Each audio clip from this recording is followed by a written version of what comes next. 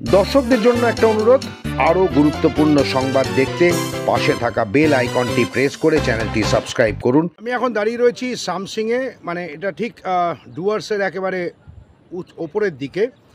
সেই সামসিং বলে একটি জায়গা রয়েছে, যেটা হচ্ছে ভারত এবং ভুটানের সীমান্তবর্তী এলাকা।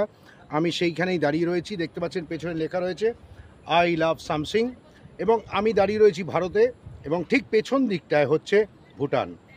সেই ভুটান বর্ডার, এবং তার মাঝখান দিয়ে বয়ে গেছে খরস্রোতা সেই পাহাড়িয়া নদী। এই নদীর ওপারে হচ্ছে ভুটান, এপারে হলো ভারত। এই সেই নদী, পাহাড়িয়া নদী বয়ে যাচ্ছে, দেখতে পাচ্ছেন। ঠিক ওই পাশটা হলো ভুটান,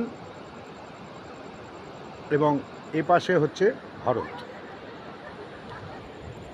নিচে ছোট ছোট পাহাড়িয়া বাড়ি রয়েছে, দেখাচ্ছি সেটা।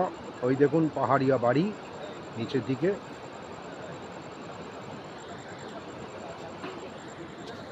যদি বৃষ্টি না পড়তো তাহলে পরে এই রাস্তা দিয়ে নেমে যাওয়া যেত সেই নদীর দিকে, কিন্তু যেহেতু বৃষ্টি পড়েছে তাই জন্যে গাড়ি নিয়ে নামাটা খুব বিপজ্জনক হবে। তার কারণ হচ্ছে ওঠাটা খুব সমস্যার হবে। দেখতে পাচ্ছেন এখান দিয়ে এই যে রাস্তা, এই রাস্তা দিয়ে নদীর দিকে যাওয়া যেত।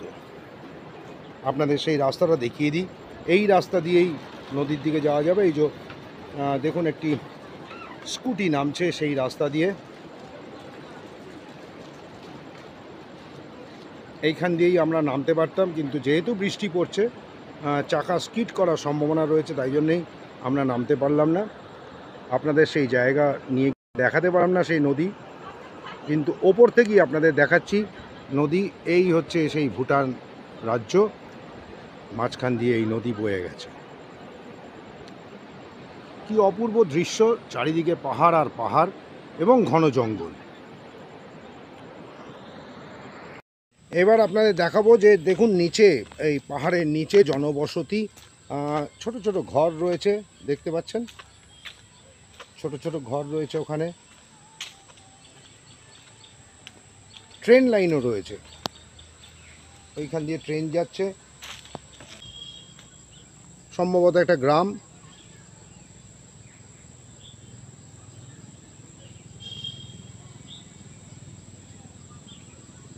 আর চারিদিকে পাহাড়। দেখুন নিচে, এই পাহাড়ের নিচে জনবসতি, ছোট ছোট ঘর রয়েছে, দেখতে পাচ্ছেন ছোট ছোট ঘর রয়েছে ওখানে। ট্রেন লাইনও রয়েছে।